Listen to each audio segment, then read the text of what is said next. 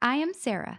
I am here on History Sparks to tell you stories that have meaning to how we live and, in many cases, what we believe.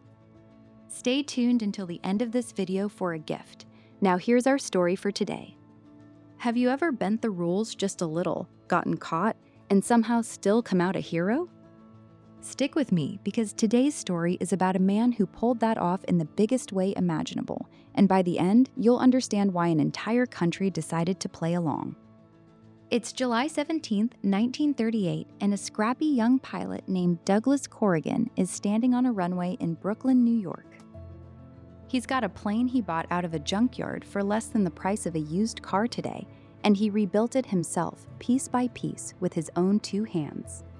This man wasn't wealthy, he wasn't famous, he was just a mechanic who once helped build Charles Lindbergh's Spirit of St. Louis and never stopped dreaming that he could fly across the ocean too. Here's the thing, Corrigan wanted more than anything to fly nonstop to Ireland, the homeland of his family. But officials took one look at his patched-together little plane and said absolutely not, too dangerous, so they only approved him for a flight back home to California. So this morning, Corrigan climbs into his plane, points it west, and takes off with 2 chocolate bars, some fig cookies, and a jug of water. That's it. No radio, no parachute, just grit and a full tank of gas. And then something funny happens. The plane disappears into the clouds heading west, like it's supposed to. But 28 hours later, it lands, not in sunny California, but in Dublin, Ireland. Corrigan climbs out of the cockpit, looks around at the stunned Irish airfield workers, and says, and I love this part, "Just got in from New York, where am I?" He claimed he misread his compass in the clouds. Nobody, and I mean nobody, truly believed him. But here's the beautiful part. Instead of being furious, the whole country fell in love with him. When he came home by ship, more than 1 million people lined the streets of New York for his parade, bigger even than the one they gave Lindbergh. Newspapers even printed his headline backward, just for fun. He became forever known as Way Corrigan.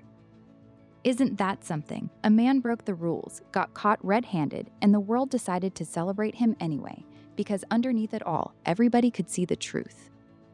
He wasn't reckless, he was determined. He wanted something so badly that he found a way to make it happen, even if he had to wink his way past the rulebook. You know, I think most of us have a little bit of Corrigan in us. That dream we've been told is too risky, too impractical, not approved? And maybe the lesson here isn't to break the rules. It's to ask yourself, how badly do you actually want it?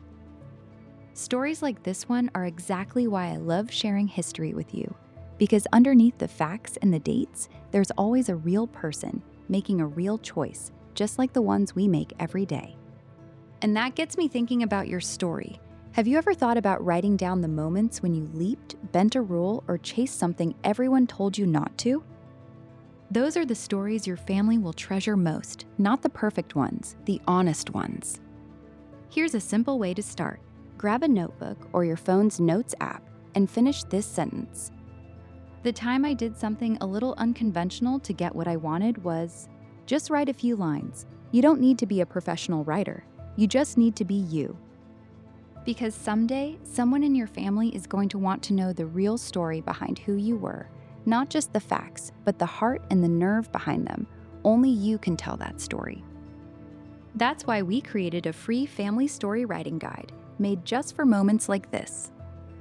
It gives you simple prompts to help you start capturing your own legacy, one memory at a time.